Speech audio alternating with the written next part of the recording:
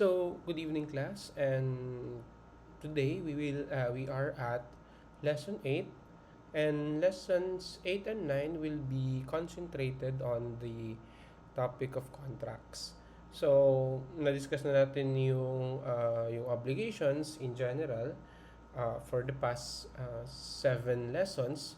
And as you know, gaya nga nung nasabi natin during the second lesson, that one of the sources of obligation is contracts. So here in contracts, uh, we will be discussing a very specific type of obligation, and perhaps the most common of all the sources of obligation. So, what are contracts? What are the basic principles guiding the idea or guiding the right to enter into contracts, etc. Yun yung magiging topic natin for tonight. Okay, so I will discuss this as if it's continuous, pero hati-hatiin na lang natin sa later. Okay, there are 5 basic principles na nag-guide sa atin on the concept of contracts. Before we get to define it doon sa mga susunod na slides, siguro it's important for us to understand na itong basic principles na to ay meron sa or existent sa lahat ng contracts. So, first is autonomy.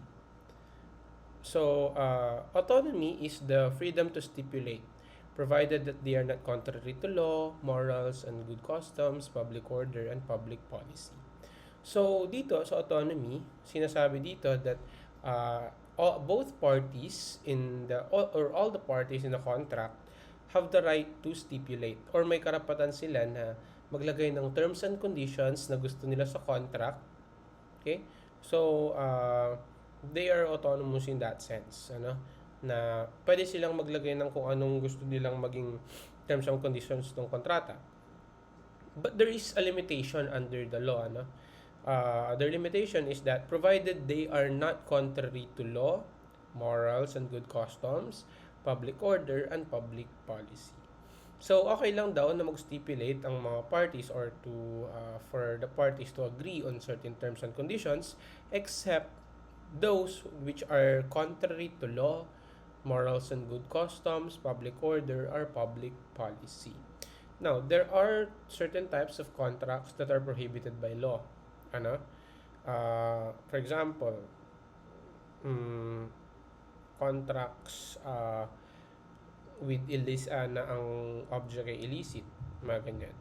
Or they are contrary to morals or good customs, like contract concerning things that are considered immoral, or for example, contracts governing for now kasi illegal pa siya, contracts concerning yung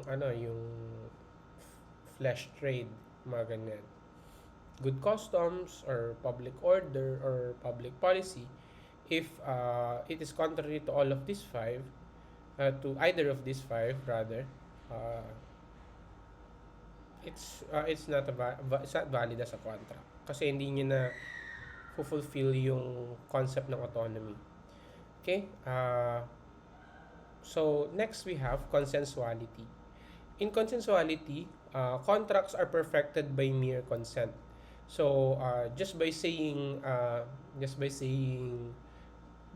agreeing with the terms and conditions at nagkasundo na kayo, the contract is already perfected by then. Okay? So, again, perfection is dependent on the consent itself only. So, kapag nagkasundo na kayo over the terms and conditions of something, yung nagkasundo na kayo sa object at consideration ng isang contract, it's already considered as a contract itself. There are exceptions, of course, like yung formal contracts natin, which require a certain form in order for it to be perfected. But otherwise, as a general rule, contracts are perfected by the mere consenting of the parties. And third one, we have mutuality. In mutuality, uh, it says here that the contract must bind both contracting parties. Its validity cannot be left to the will of one of them. Kumbaga, whether a valid is contract or not should depend on both the parties. Yung hindi pwedeng maging valid siya because one liked it and one doesn't, ano? Uh, hindi siya mutual kung ganun kapag yung isa lang yung may right to determine kung valid ba yung contract ay kung yung to determine the validity of the contract. So the both parties must consent. Both parties must give their consent, otherwise it's not mutual. Another basic principle of on contracts is obligatoriness. By obligatoriness, we mean that contracts have the force of law between the contracting parties. Kumbaga, here, uh, the two parties have have agreed on certain terms and conditions. Therefore, yung terms and conditions na yon is what governs the parties in that relationship that they created through the contract. So, whatever if there are doubts, I mean, if the parties are not sure on what their obligations are under the contract, well, they just have to look into the if there is a written document that evidences the contract, they can look into it. Ano na doon yung mga obligations nila sa isa't isa. So again, yung contracts have is the law between the two parties, and because of that, they must observe these contracts and the stipulations in therein with with they must perform their obligations rather in the contract in good faith. So performance in good faith is part of yung obligatoriness nitong contracts. So again, the contracts have the force of law between the contracting parties. And finally, we have relativity. In relativity, it says here that contracts take effect only between the parties, their assigns and heirs, except where the obligations arising from contract are not transmissible by their nature, by stipulation, or by provision of law.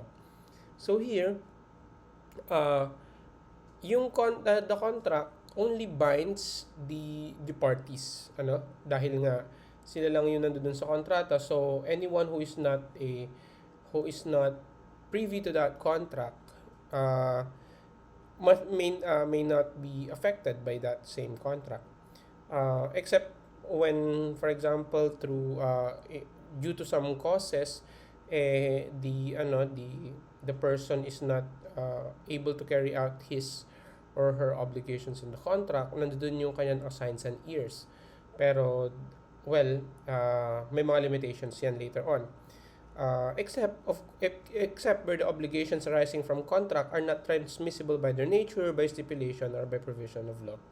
So sinasabi dyan na although minsan may mga times na pwedeng maisali yung mga successors in interest nila or yung mga anak nila or yung mga tagapagmana nila, there are obligations that are not transmissible by their nature, by stipulation, or by provision of law.